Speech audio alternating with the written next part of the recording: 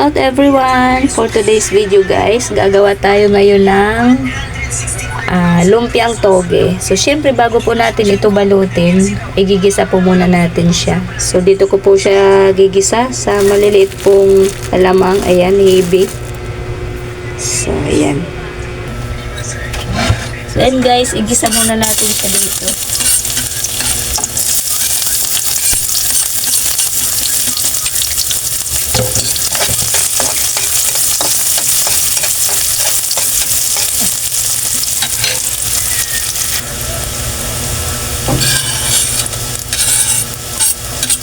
So, carrots lang po ilalagay ko. Hindi lang po ako maglalagay ng repolyo. Natamad na ako pupuntang talipapa. Para bumili lang ng repolyo. So, ayan. Ilagay na natin itong ating. So, hindi po natin siya sasabawan. Dahil ibabalot po natin siya sa lumpia natin. Lagyan natin yung ating taba-tabog, paminta,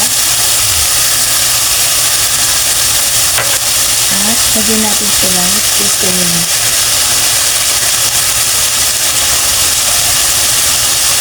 Lagyan din natin sa guys ng kaunting asin para siyempre may lasa. Ayan, okay na naman. Ayan, pakpok lang natin siya dahil pag niluluto po ay maluluto pa siya.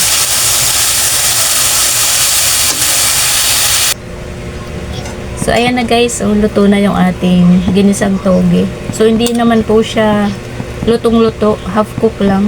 So magbabalot na tayo ngayon para ating gawing lumpiang toge.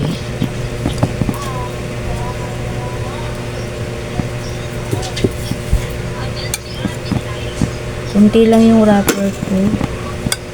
10 piraso lang.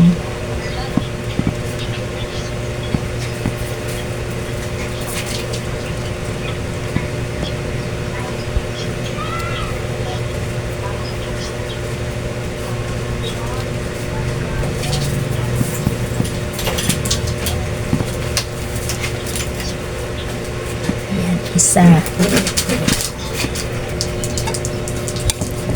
Ayan, may nabalot tayong isa. Ako lagi.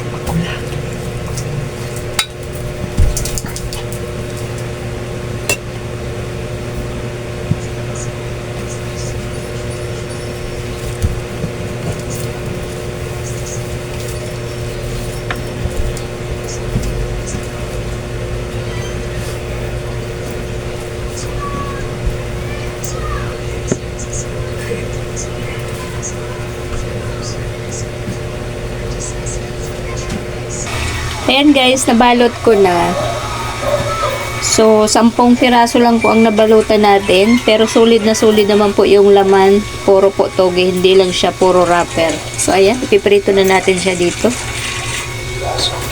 Mainit na yung ating mantika. Prito na natin guys.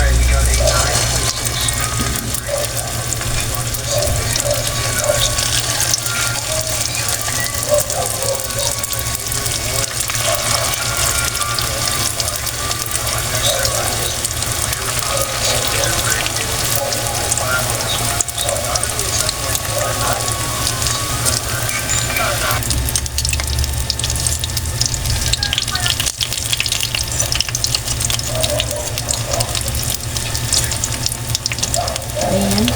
Baliktad natin guys. Luto na yung kabila.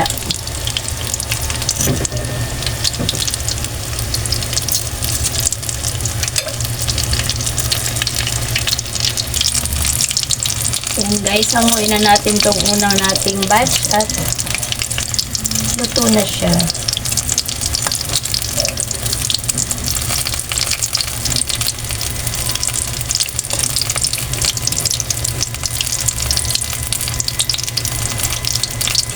Yan, ang bango.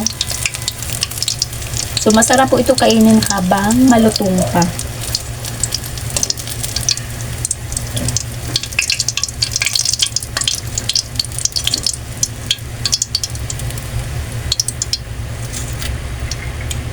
So, salang natin itong ating pangalawang salang.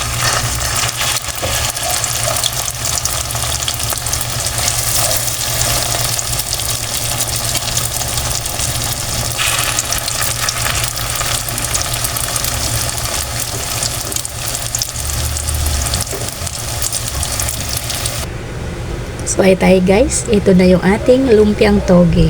So luto na, nasunog pa po yung iba. So hindi na po ako nagtimpla ng sausawan dahil meron pa ako ditong, ayan, may sukang binabad sa sili. So mamimili na lang yung ibang maglalagay nito sa amin kung alin ang gusto niya. Ito po kasi parang sobrang anghang. So ayan. So hanggang dito na lang po ulit. Maraming salamat. God bless us all po.